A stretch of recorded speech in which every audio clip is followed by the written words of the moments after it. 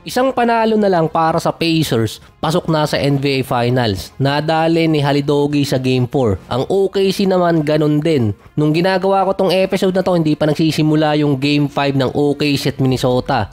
Ang Indiana Pacers huling nakapasok sa Finals 2000 pa. Hoosiers versus Hollywood pa yon. Ang OKC naman nung 2012. Ang Indiana ang isa sa mga team na galing sa merger ng ABA at NBA. Hindi pa sila nagcha-champion sa mga teams na nagmula doon, kasama ang Nets, Nuggets at San Antonio. Ang OKC technically may isang championship na sa kanilang franchise, yung 1979 bilang Seattle Supersonic. Ito yung bago sila lumipat noong 2008 sa Oklahoma, na ang sinabi kasi ni Commissioner ang Seattle ang isa sa mga option para sa expansion team ng NBA. Gusto kasi nilang ibalik. Ang reason kasi nun parang tinrider nung dating may-ari nang biglang lumipat. Kaya yung mga fans at mga players may eagerness na ibalik yung franchise sa dati nilang location. Kapag nangyaring bumalik ang franchise ng Sonic, lahat ng record nila dati na nagawa din sa OKC Thunder franchise, ibabalik sa Seattle. Mawawala at babalik sa Sonic yung 1979 championship sa franchise. Magkakaroon din ng iba-ibang champion since 2019 at sa 2020 era wala pang naging dynasty. Nasa mid-era na, wala pang nasa ganong status.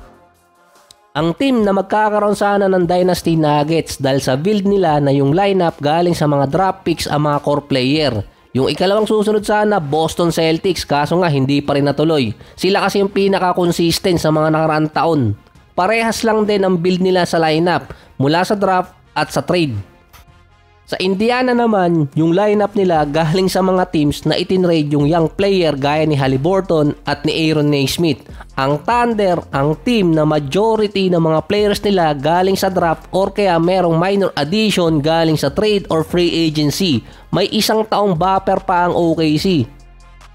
Meron din namang mga fans ang gustong manood ng laban ng Pacers at Thunder kasi sila yung gumagamit ng modern tactics. Meron din silang deeper lineup na 33 points per game ang average ng kanilang second unit. Ang common sa kanilang dalawa, number 22 at 27 sa market size. Nasabi ko na to dati, may mga manonood pa rin ng series sa finals kasi mga batang player na yung maglalaro ngayon, nababago na kasi yung era. Pero may commentator na sinabing mas papabor sa NBA kung makakalaban ng OKC ay Knicks dahil sila ang natitirang big market team. Dahil sila naman talaga ang big market team sa NBA, mas malaki pa sila sa Lakers kaso mas sikat yung LA. Ang Pacers at Knicks series ang natitirang merong mataas na rating dahil sa New York. Sabi nga ni Ben Stiller, Knicks in 8. Parang ibang series yun. Kung magkakaroon ng comeback, ang Knicks ang maganda para sa TV ratings ng playoffs kung sila ay makakabalik sa 1-3 deficit. Niyayari ni Halidogi itong Knicks, walang answer sa kanya nung Game 4. Pinagtatalunan pa kung superstar na ba siya or hindi. Base pa kay Stephen A. Smith, wala pa siya ganong level itong si Haliburton, inconsistent pa rin sa playoffs. Sa East, laging merong upset na nangyayari. Ginawa yun ng Pacers at ni Halidogi nung talunin nila ang Cavaliers. Taon-taon merong na-upset dito sa East at yung Pacers ang nakagawa nun. Isa pa, mula nang si LeBron at si Steph ay nalaglag sa playoffs, unti-unting bumabagsak ang rating. Kaya yung finals expected babagsak din ang TV ratings nun.